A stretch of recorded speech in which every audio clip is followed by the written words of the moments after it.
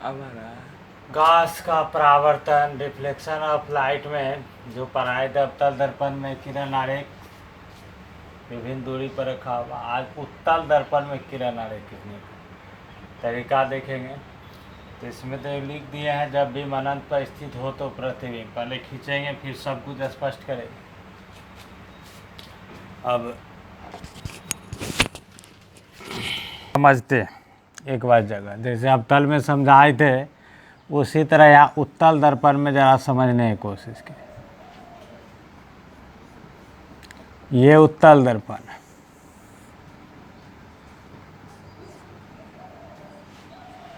ये सी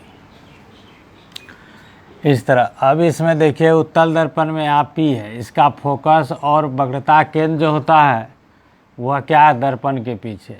तो एक चीज़ आप यहाँ गौर कीजिए कि यहाँ जगह जो बनता है उत्तल दर्पण के सामने, क्या ये जहाँ तक लकीर जाएगा यहाँ तक एक बना अनंत। तो इसमें एक जगह बनता है अनंत और दूसरा जगह क्या बनता है, अनंत एवं ध्रुव कहा जाए या दर्पण भी कह सकते हैं, ध्रुव या दर्पण के बीच एक जगह बनता है यहाँ ध्रुव। तो तीन ही जगह बना, तो ध्रुव बना तो उसमें भी नहीं पढ़े थे, वैसे मिला के 7 होता है, टोटल 6 पढ़े थे।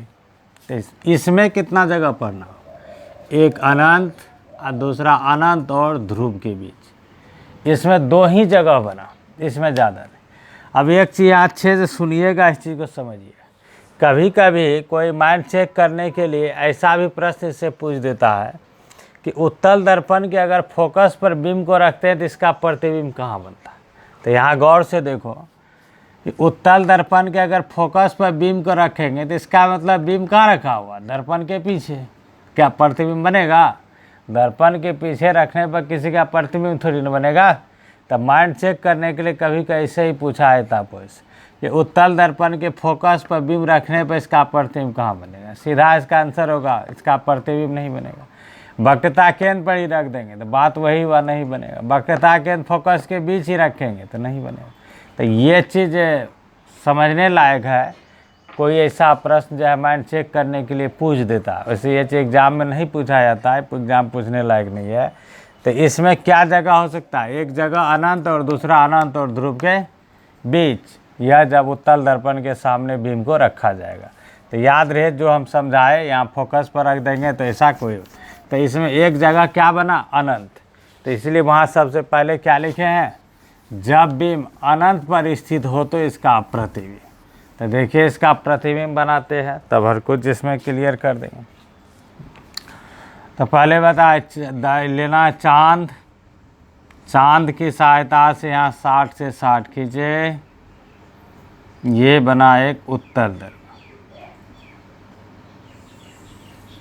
90 का सिंबल लगा के पहले लकीर खींच दिए इसमें लिख दिए F, यहाँ लिख दिए C। ये माप बताए थे, यह 1 इंच से थोड़ा ज़्यादा, ये 1 इंच लेंगे। तो यहाँ बीम को कहाँ रखना है इस बार, अनंत पर। तो अनंत पर तो यहाँ मुख्य अक्ष का जो लाइन है इसे छुटा कर, यहाँ देखिए इस तरह से इसको बीम को यहाँ रख दिए। तो मुख्य अक्ष से यह क्या है, हटा हुआ। तब मुख्य अक्ष से जब हटा हुआ है तो यह हो गया बीम कहाँ स्थित हो गया, अनंत पर। तो इसमें एक किरण लिए या मुख्य अक्ष के समांतर। तो रूल पढ़ाए थे इसका फर्स्ट नंबर में ही, वह किरण जो दर्पण के मुख्य अक्ष के समांतर जाती है तो दर्पण के फोकस से होकर जाती है या फोकस से निकलती हुई प्रतीत होती है। तो यहाँ देखिए स्केल रख करके दोनों को मिला देंगे, ये डॉट लाइन से आप पीछे की तरफ, या इस तरह से यह रिफ्लेक्ट होता है ताकि यह फोकस से निकलता हुआ प्रतीत। उसी तरह से यहाँ दूसरा फिर मुख्य अक्ष के समांतर किरण लिए,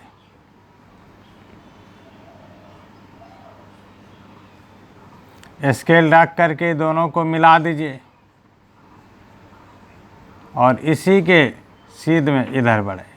इसका मतलब ये यहाँ से रिफ्लेक्ट हुआ, ये किरण यहाँ टकराया, यहाँ से रिफ्लेक्ट इधर हुआ, ये इधर रिफ्लेक्ट। रिफ्लेक्ट इस प्रकार होता है कि यह फोकस से निकलता हुआ प्रतीत होना चाहिए।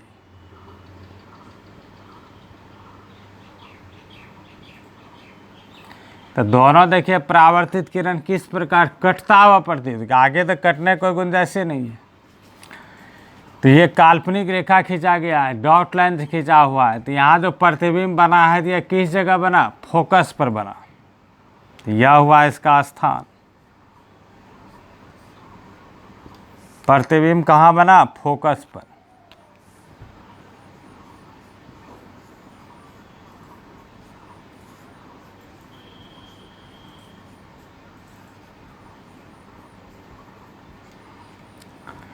उसके बाद इसका प्रकृति का चर्चा होगा। तो ये जो प्रतिबिंब बना देखिए डॉट लाइन से खींचा, वास्तव में नहीं कटा है, डॉट लाइन से खींचे, काल्पनिक रेखा है। तो यह प्रतिबिंब जो बना है काल्पनिक,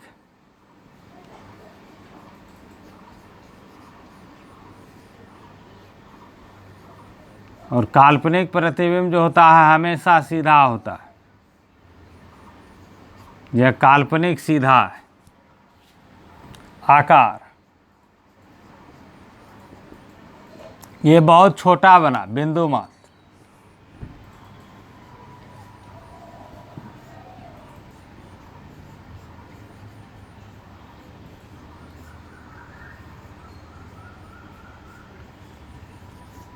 ये हुआ इसका दशा, याद रखेंगे ये।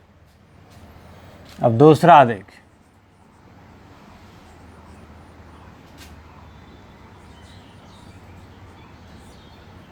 जब बिंब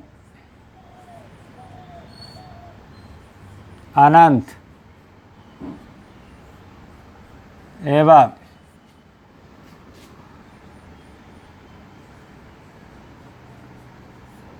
दर्पण के ध्रुव P के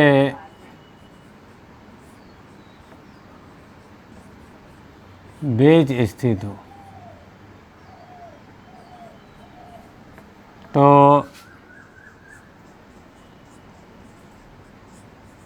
प्रतिबिंब, जब बिंब अनंत और दर्पण के ध्रुव के बीच स्थित हो तब इसका देखना है डायग्राम, यही इसका अक्रिय हो जाएगा।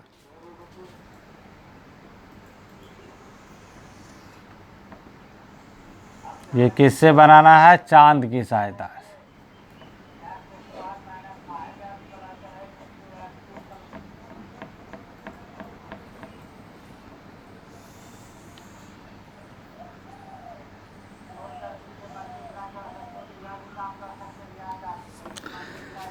तो बिंब को यहाँ रखिए, यहाँ रखिए, यहाँ रखिए, यहाँ रखिए, यहाँ रखिए, यहाँ रखिए, यहाँ रखिए, यहाँ, ये सभी क्या कहलाएगा, अनंत और ध्रुव के बीच। तो यहीं रखते हैं, यह बिंब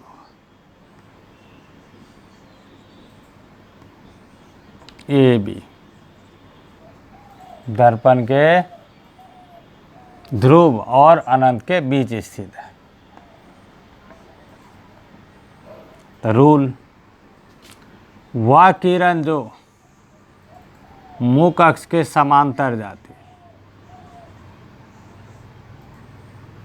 फोकस से निकलती हुई प्रतीत होता है। स्केल रखिए इस फोकस को और इस पॉइंट को मिला करके, इससे बिल्कुल सीधे।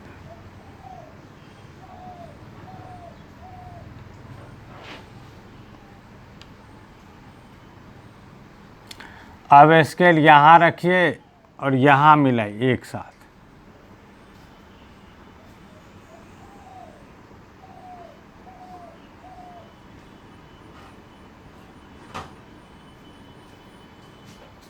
ठीक है, ये वह किरण जो वक्रता केंद्र से होकर जाते ही प्रतीत होता है, दर्पण से टकराकर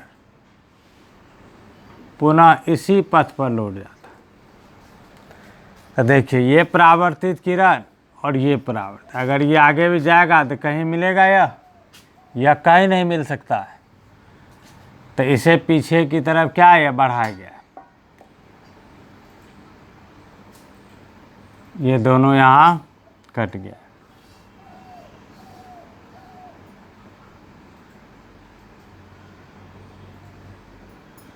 ये इसका प्रतिबिंब, यह इसका प्रतिबिंब हो गया A डैश B डैश। तो यहाँ देखिए इसका स्थान, प्रतिबिंब जो बना है वह कहाँ बना है, दर्पण के पीछे।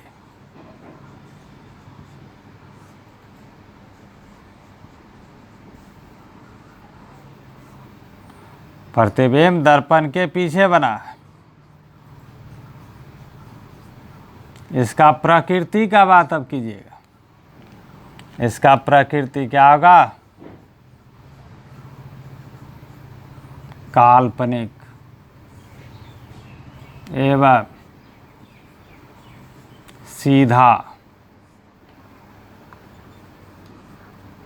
आकार।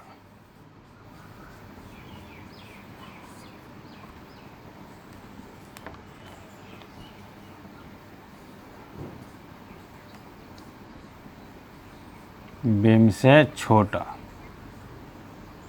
इसी को हम लोग हराश्रित ही बोलते हैं। तो ये काल्पनिक हराश्रित हुआ। अगर ऑब्जेक्टिव में ऐसे पूछ दिया जाए कि काल्पनिक हराश्रित प्रतिबिंब किस दर्पण में बनता है, तो यह और सिर्फ उत्तल दर्पण में ही हो सकता है। अब वास्तविक हराश्रित का जिक्र किया जाएगा तो वह अवतल दर्पण में होगा। अर्थात एक तरह से और भी है कि उत्तल दर्पण में हमेशा ही छोटा प्रतिबिंब बनता है, उत्तल में सिर्फ और सिर्फ छोटा प्रतिबिंब बनता है। इसीलिए बताए थे कि आवर्धन के रूप में भी आवर्धन का मान 1 से अगर कम है तो दोनों दर्पण में संभव है, अवतल में ही उत्तल में, क्योंकि छोटा अवतल में ही बनता है और उत्तल में बनता है। लेकिन अगर m का मान 1 से कम है लेकिन अगर प्लस में है, जैसे कि उदाहरण के लिए मान लीजिए +1/2, +1/4, ये किस दर्पण में संभव है, तो यह सिर्फ और सिर्फ उत्तल दर्पण में ही संभव है। अब फिर अगर लिखा हो m का मान -1/2, -1/4, ये सिर्फ और सिर्फ अवतल दर्पण में ही संभव है। तो ये हुआ इसका सभी डायग्राम, किरण आरेख उत्तल दर्पण में ही बताए। अब इसमें और चीज़ भी चर्चा इसमें भी कर दिया जाएगा, जो ऑब्जेक्टिव ग्रुप में इसे याद रखेंगे। चिन्ह परिपाटी भी साथ ही उसमें पहले एक बार समझाए थे, फिर डायग्राम के साथ साथ समझाए थे। अब इसमें चिन्ह परिपाटी को भी एक बार देखते हैं। देखिए सभी कुछ और अच्छे, बिंब उसमें भी कहाँ था, आपतित किरण की विपरीत दिशा। अब वैसे बार बार सेंटेंस यह समझाए थे कि बिंब या वस्तु की दूरी हमेशा ही निगेटिव होता है, तो इसका रीजन तब स्पष्ट है। यहाँ भी आपतित किरण की विपरीत दिशा में है, तो बिंब की दूरी u जो होता है, u का चिन्ह क्या होगा, हमेशा ही नेगेटिव होगा। अब यहाँ एक चीज़ गौर कीजिए, इसका प्रतिबिंब जो बना है दर्पण के पीछे बना है, यह दर्पण के पीछे बना है, तो यह P के सापेक्ष आपतित किरण की दिशा में, तो V का चिन्ह इसमें क्या होगा, प्लस। तो और एक बार याद कीजिए, अवतल दर्पण में भी प्रतिबिंब अगर काल्पनिक बना था तो V का चिन्ह पॉजिटिव ही था।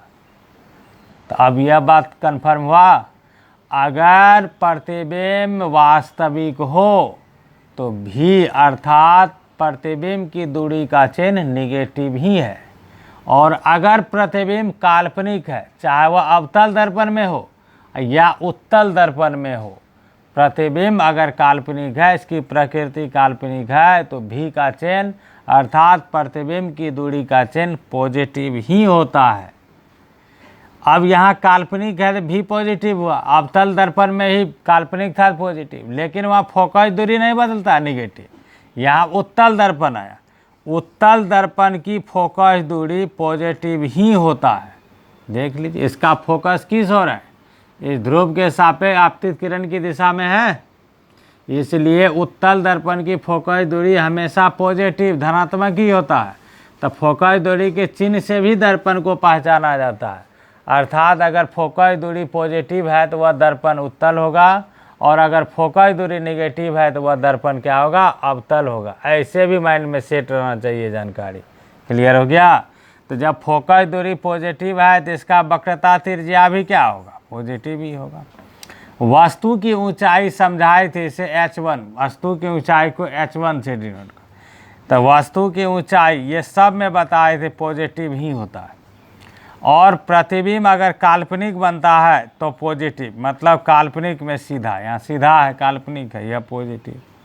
तो जब ये दोनों पॉजिटिव है तो m का चिन्ह तो पॉजिटिव है। यह भी पहले समझाए थे। आवर्धन, अगर प्रतिबिंब वास्तविक हो तो आवर्धन का चिन्ह निगेटिव होगा, और अगर प्रतिबिंब काल्पनिक हो तो आवर्धन का चिन्ह पॉजिटिव होगा। फिर एक बार रिवीजन कराते हैं। देखिए +1 m का मान, आवर्धन जिसे बोलते हैं, आवर्धन जो प्रतिबिंब की ऊंचाई और बिंब की ऊंचाई का अनुपात होता है, m का मान +1 किस दर्पण में संभव है, तो याद रहे सिर्फ और सिर्फ समतल दर्पण में यह संभव है। m का मान +1 किस दर्पण में संभव है, तो सिर्फ और सिर्फ समतल दर्पण में ही संभव है, समतल दर्पण में। और अगर m का मान पूछ दिया जाए कि -1 यह किस दर्पण में संभव है, तो याद रखेंगे सिर्फ और सिर्फ यह अवतल दर्पण में संभव है, अवतल दर्पण में संभव है। अगर यह पूछा गया कि m का मान +-2, m का मान +-2 किस दर्पण में संभव है, तो इसका भी आंसर होगा सिर्फ अवतल दर्पण में, अवतल दर्पण में ही सिर्फ और सिर्फ संभव है। अब यहाँ अगर पूछ दिया जाए कि m का मान +1/2, m का मान +1/2 किस दर्पण में संभव है, तो याद रहे यह केवल और केवल उत्तल दर्पण में ही संभव है, यह उत्तल दर्पण में ही संभव है। अगर यह पूछ दिया गया क्वेश्चन कि m का मान -1/2 ये किस दर्पण में संभव है, तो याद रखेंगे यह सिर्फ और सिर्फ अवतल दर्पण में ही संभव है, यह अवतल दर्पण में ही सिर्फ संभव है। ये सब पॉइंट याद रहना चाहिए। इसे बोलते हैं काल्पनिक हराश्रित। अच्छे से याद रखेंगे। कभी कभी उल्टा क्वेश्चन देता है कि दर्पण में काल्पनिक हराश्रित प्रतिबिंब बनने का किरण आरेख खींचे। हमें पहले ये सोचना होगा कि काल्पनिक हराश्रित प्रतिबिंब किस दर्पण में बनता है, तो इसका जवाब पहले आया उत्तल दर्पण में। अब कब बनता है काल्पनिक हराश्रित प्रतिबिंब, तो जब बिंब को अनंत और दर्पण के बीच रखा जाता है तब। अब इसमें आगे आता है उत्तल दर्पण के अब उपयोग। तो देखिए उत्तल दर्पण में दो ही प्रॉपर्टी इसमें मेन रूप से, देखिए अनंत और दर्पण के बीच कहीं पर भी अगर बिंब को रखते हैं तो इसका प्रतिबिंब जो बनता है यह दर्पण के पीछे बनता है, सीधा बनता है। तो यह गुण के कारण क्या हुआ कि दर्पण के पीछे कितनों ही दूरी पर बिंब क्यों नहीं रखा गया है, इसका प्रतिबिंब दर्पण में भले ही छोटा जरूर दिखाई देगा लेकिन सीधा दिखाई देगा, साफ साफ दिखाई देगा। एक तो यह हुआ। दूसरा है कि इसका दृष्टि क्षेत्र भी बड़ा होता है। ज़्यादा दूर का ज़्यादा बड़ा प्रतिबिंब जो रहेगा, बिंब रहेगा, इसका भी प्रतिबिंब बनाएगा। इसका दृष्टि क्षेत्र बहुत अधिक होता है। तो दोनों गुण के कारण इसका उपयोग क्या होता है, साइड मिरर के रूप में प्रयोग किया जाता है।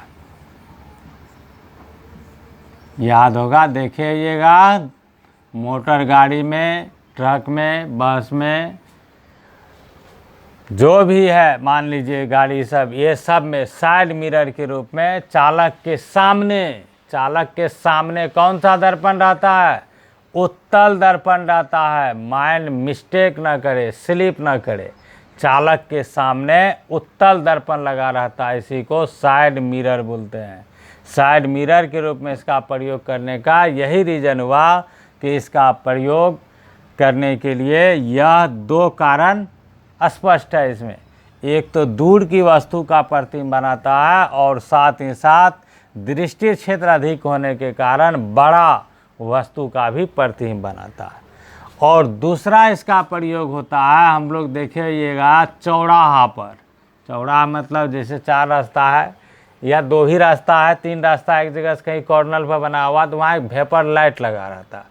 तो उस वेपर लाइट के रिफ्लेक्टर के रूप में, उस वेपर लाइट के रिफ्लेक्टर के रूप में भी उत्तल दर्पण का प्रयोग किया जाता, क्योंकि वह प्रकाश की किरण को जिस तरह, अगर ये इस तरह का अगर वेपर लाइट ऐसे लगा हुआ इसमें रिफ्लेक्टर, तो जब इसके सामने फोकस बल रहता है तो ये प्रकाश की किरण इस प्रकार क्या करता है, यह फैलाता है। जैसे यहीं से प्रकाश यहाँ गया तो यह क्या होगा, इस तरह से रिफ्लेक्ट होगा। यहीं से प्रकाश यहाँ गया तो इस तरह से यह रिफ्लेक्ट होता है। मतलब इसका दृष्टि क्षेत्र ज़्यादा उधर पड़े थे तो यहाँ प्रकाश को उसी तरह से ज़्यादा दूरी तक, अर्थात अधिक जगह तक यह प्रकाश को फैला देता है। ज़्यादा क्षेत्र में इसका रोशनी होता है, इसलिए इसका प्रयोग, ये दोनों भी याद रखेंगे, इसका प्रयोग साइड मिरर के रूप में और साथ ही साथ वेपर लाइट में रिफ्लेक्टर के रूप में इसका प्रयोग किया जाता है। ये हुआ उत्तल दर्पण में किरण आरेख, और इससे संबंधित कुछ चिन्ह परिपाटी भी समझाए, कुछ ऑब्जेक्टिव भी बहुत महत्वपूर्ण सब ये समझाए। ये माइंड में रखने लायक है, और समझ करके अगर रखा जाए तो ये माइंड से नहीं हटता। हम रूल के आधार पर सब डायग्राम बताए।